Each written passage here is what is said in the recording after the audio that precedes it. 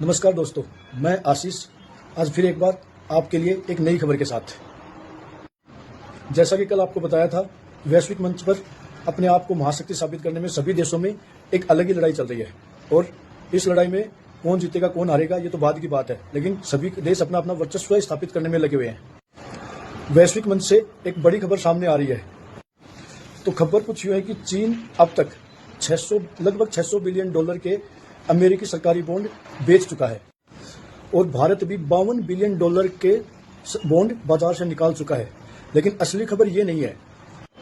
मुख्य खबर इसमें यह है कि वो यील्ड जिस पर ये बॉन्ड बाजार में बेचे जा रहे हैं, जो देश कभी 0.25% की मामूली रेट पर अमेरिकी बॉन्ड को सुरक्षित मानकर पकड़े बैठे रहते थे, आज वही देश 4.5% की ऊंची यील्ड पर भी उन बॉन्ड को बेचने पर मजबूर हैं।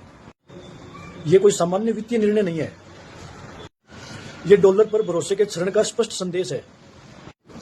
अब खबर यह भी है कि जापान, जो अमेरिकी बॉन्ड बाजार का सबसे बड़ा स्तंभ माना जाता है, यह भी बिक्री की तैयारी में है और अगर जापान यह बॉन्ड बेच देता है तो मार्केट में हलचल नहीं होगी। यह ग्लोबल बॉन्ड मार्केट में तबाही का संकेत होगा।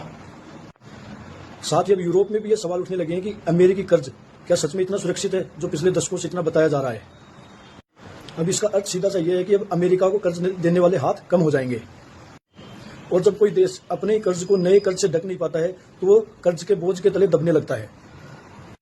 अब ट्रंप इस गिरते भरोसे को ताकत, टैरिफ और धमकियों से वापस लाना चाहते हैं, लेकिन विश्वास बंदूक से नहीं भरोसे से आता है। ताकत से भरोसा नहीं जीता जा सकता और इतिहास में ऐसा भी हुआ है कि जीतना ही उसकी असल हार साबित हुई। ब्रिटेन ने सेकेंड वर्ल्ड वॉर जरूर जीता, लेकिन उसी जीत ने उसके पूरे साम्राज्य की कमर तोड़ के रख दी थी। आज अमेरिका भी उसी मोड़ पर आकर खड़ा हो गया है। धन्यवाद। ऐसे ही लेटेस्ट खबरों के लिए बने रहिए आप मेरे साथ और अगर जानकारी आपको अच्छी लगी हो तो याद से लाइक, शेयर एंड फॉलो जरूर करें।